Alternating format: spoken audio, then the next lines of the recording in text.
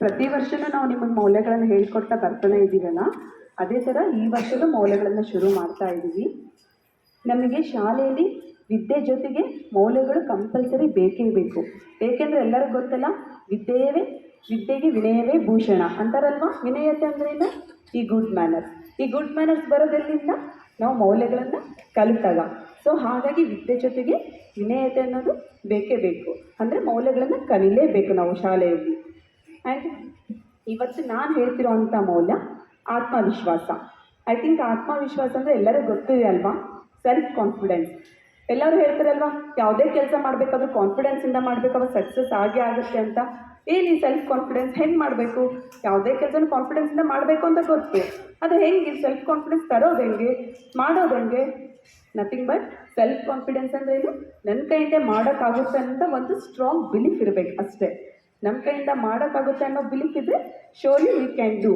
And ಈ self confidence ಅಂದರೆ ನಮ್ಮ ಮೇಲೆ ಅಷ್ಟೇ ಡಿಪೆಂಡ್ ಆಗಿರಲ್ಲ, ನಮ್ಮ ಸುತ್ತಮುತ್ತ ಇರೋ ಪರಿಸರದ ಮೇಲೂ ಡಿಪೆಂಡ್ ಆಗಿರುತ್ತೆ.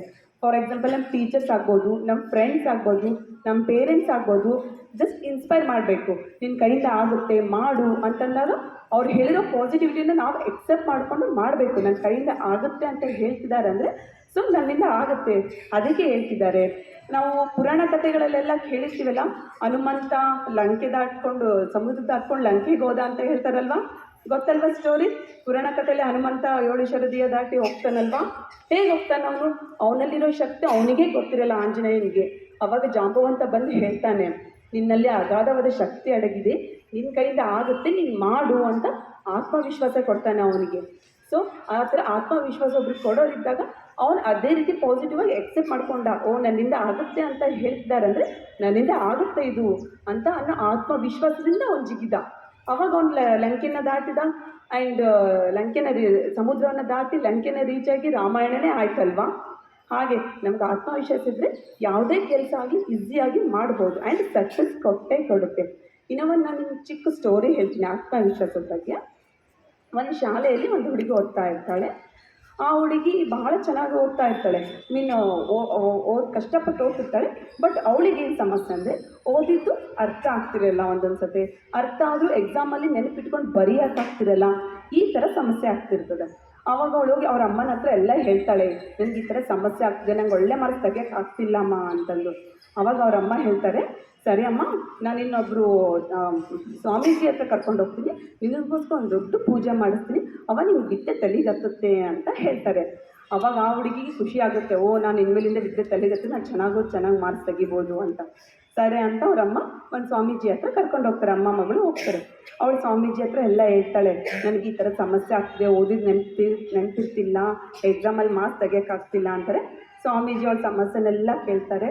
ಅವಾಗ ಸ್ವಾಮೀಜಿಗೆ ಅನಿಸುತ್ತೆ, ಆಯ್ತಮ್ಮ, ನಾನು ನಿನಗೋಸ್ಕರ ಒಂದು ದೊಡ್ಡ ಪೂಜೆ ಮಾಡ್ತೀನಿ ಅಂತಂದು ಹೇಳಿ ಭಾಳ ನಿಷ್ಠೆಯಿಂದ ಶ್ರದ್ಧೆಯಿಂದ ಆ ಹುಡುಗಿಗೆ ಒಳ್ಳೇದಾಗಲಿ ಅಂತ ಒಂದು ಪೂಜೆ ಮಾಡ್ತಾರೆ ಸ್ವಾಮೀಜಿ.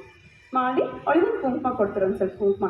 ಪ್ರತಿನಿತ್ಯ ನೀನು ಓದೋಕ್ಕೂ ಮುಂಚೆ ಈ ಕುಂಕುಮನ ಇಟ್ಕೊಂಡು ಓದೋಕ್ಕೆ ಶುರು ಮಾಡು, ನಿಂಗೆ ಓದಿದ್ದೆಲ್ಲ ನೆನಪಿರ್ತದ ಆ್ಯಂಡ್ ನೀನು ಎಕ್ಸಾಮಲ್ಲಿ ಒಳ್ಳೆ ಮಾರ್ಕ್ಸ್ ತೆಗಿತೀಯಾ ಅಂತಾರೆ. ಅವಳಿಗೆ ಖುಷಿ ಆಗುತ್ತೆ, ಇನ್ಮೇಲೆ ನಾವು ಓದಿದ್ದೆಲ್ಲ ನನಗೆ ಬರುತ್ತೆ ಅನ್ನೋ ಖುಷಿಯಿಂದ ಮನೆಗೆ ಹೋಗ್ತಾಳೆ. ಮನೆಗೆ ಹೋಗಿ ಅದೇ ಥರ ಮಾಡ್ತಿರ್ತಾಳೆ. ಪ್ರತಿನಿತ್ಯನೂ ಓದೋಕ್ಕೂ ಮುಂಚೆ ಆ ಕುಂಕುಮನ ಇಟ್ಕೊಂಡು ಓದ್ತಿರ್ತಾಳೆ. ಹಾಗೆ ಎಕ್ಸಾಮ್ಗೆ ಹೋಗೋಕ್ಕೂ ಮುಂಚೆ ಆ ಕುಂಕುಮ ಇಟ್ಕೊಂಡು ಹೋಗ್ತಿರ್ತಾಳೆ. ಒಂದು ಫೈನ್ ಡೇ ಎಕ್ಸಾಮ್ ಬರುತ್ತೆ, ಎಕ್ಸಾಮಲ್ಲಿ ಚೆನ್ನಾಗಿ ಬರೀತಾಳೆ and she will get good result, ಒಳ್ಳೆ ರಿಸಲ್ಟ್ ಬರ್ತದೆ ಅವಳಿಗೆ. ಸೊ ಅವಾಗ ಖುಷಿಯಿಂದ ಮನೆಗೆ ಬರ್ತಾಳೆ, ಹೇಳ್ತಾಳೆ ಅಮ್ಮಗೆ ನನಗೆ ಒಳ್ಳೆ ಮಾರ್ಕ್ಸ್ ಬಂತು ಅಂತಂದು. ಅವಾಗ ಸ್ವಾಮೀಜಿನ ಮತ್ತೆ ಮೀಟ್ ಆಗ್ತಾಳೆ ಹೋಗಿ, ನೀವು ಹೇಳ್ದಂಗೆ ನಾನು ಪ್ರತಿನಿತ್ಯ ಕುಂಕುಮ ಇಟ್ಕೊಂಡು ಹೋದಿದ್ದೆ, ನನಗೆ ಒಳ್ಳೆ ಮಾರ್ಕ್ಸ್ ಬಂತು, ಒಳ್ಳೆ ರಿಸಲ್ಟ್ ಬಂತು ಅಂತ ಖುಷಿಯಿಂದ ಹೇಳ್ತಾಳೆ. ಅವಾಗ ಹೇಳ್ತಾಳೆ, ನಂಗೆ ಇನ್ನೂ ಒಂದು ಸತಿ ಈ ಥರ ಪೂಜೆ ಮಾಡಿ ಮುಂದಿನ ವರ್ಷ ಮತ್ತೆ ಎಕ್ಸಾಮ್ ಬರ್ತಲ್ಲ ಅವಾಗ ಬರ್ತೀನಿ ಅಂತಂದು ಹೇಳ್ತಾಳೆ. ಸರಿ ಅಮ್ಮ ಮಾಡ್ತೀನಿ ಅಂತಾಳೆ. ಬಟ್ ಔಟ್ ಆಫ್ ಕ್ಯೂರಿಯಸ್ ಒಂದು ಕ್ವಶನ್ ಕೇಳ್ತಾಳೆ ಅವಳು, ನೀವು ಪೂಜೆ ಮಾಡೋದ್ರಿಂದ ನನಗೆ ಹೆಂಗೆ ಮಾರ್ಕ್ಸ್ ಬರ್ತಾ ಇದೆ ಅಂತ ಕೇಳ್ತಾಳೆ.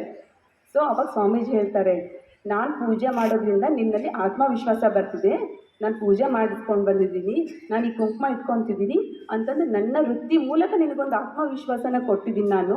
ಆ ಆತ್ಮವಿಶ್ವಾಸದಿಂದ ನೀನು ಎಕ್ಸಾಮ್ ಬರ್ತಿದ್ದೀಯಾ, ಸೊ ಹಾಗಾಗಿ ನಿನಗೆ ಮಾರ್ಕ್ಸ್ ಬರ್ತಾ ಇದೆ. ಎಲ್ಲದಕ್ಕೂ ಮೂಲ ಇದೆ ಆತ್ಮವಿಶ್ವಾಸ. ಆತ್ಮವಿಶ್ವಾಸದಿಂದ ಮಾಡಿದರೆ 100% ನಮಗೆ ಸಕ್ಸಸ್ ಸಿಕ್ಕೇ ಸಿಗುತ್ತೆ. So B confidence in your self. Okay, ಇಷ್ಟು ಹೇಳಲು ಅವಕಾಶ ಕೊಟ್ಟಿದ್ದಕ್ಕೆ ಧನ್ಯವಾದ.